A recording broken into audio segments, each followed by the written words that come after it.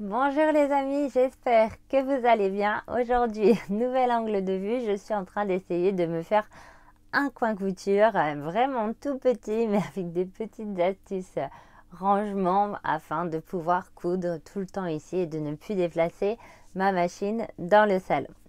Mais ce n'est pas le sujet d'aujourd'hui.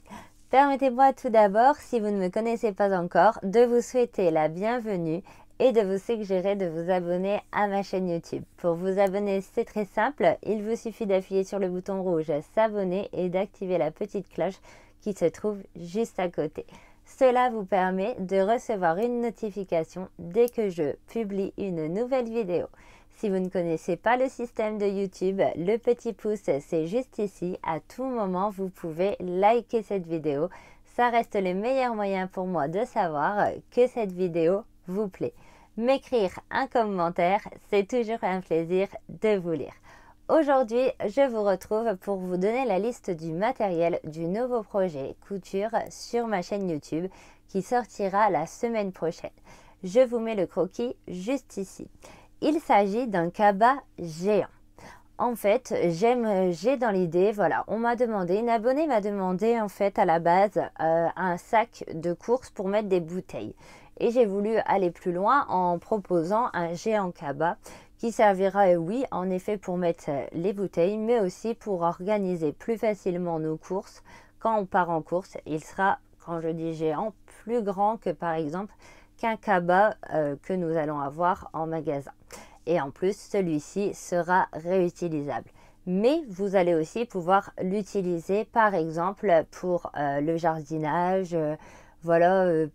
Si vous partez faire un tour et que vous avez besoin d'emmener tous vos affaires de couture, ça pourra être aussi un cabas range matériel. Pourquoi pas aussi l'emmener à la plage quand on doit mettre toutes les affaires de toute la famille. Voilà, le thème, ce sera le cabas géant pratique. Et voilà, donc aujourd'hui je retrouve pour donner la liste du matériel pour les gens qui sont déjà emballés par ce projet. Donc il va vous falloir 2 mètres du tissu de votre choix. J'ai mis Centracor parce que toutes mes fournitures viennent de Centracor, si vous voulez les mêmes choses que moi. Après, comme vous pouvez le voir juste ici sur le croquis, il y aura des poches en volume sur le devant. En fait, il y en aura 6 en tout. Et là, pour ça, je vais utiliser une superbe chute de tissu qu'une abonnée m'a donnée. Je la trouve super chouette. Ça va vraiment donner du cachet sur l'extérieur à mon sac. On va utiliser aussi... on les utilise souvent, mais c'est parce que c'est pratique. Ça donne une petite... touche brillante, c'est compliqué à montrer, c'est les petits rivets à jean. Bon, désolé, je suis en plein travaux, l'état de mes doigts en dessous c'est pas terrible, mais j'ai fait de la peinture, tout ça, bref. Ensuite, du coup, ça c'est pour l'extérieur, les poches. Il vous faudra aussi du coup 1 mètre de thermocollant. Et ensuite, on va faire vraiment plein de poches à l'intérieur. Vous voyez la seconde partie du dessin là. On va faire plein de poches à l'intérieur et donc il vous faudra pas mal de pression.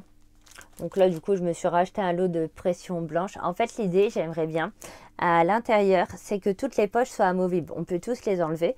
Par exemple, on a rangé nos légumes. Et hop, on détache le sachet légumes, on range les légumes. Mais aussi pour pouvoir organiser l'intérieur de manière différente. Grouper toutes les poches d'un côté ou les espacer sur le contour. Voilà, l'idée c'est vraiment de pouvoir moduler les poches à l'intérieur un maximum pour que ce sac soit vraiment super pratique.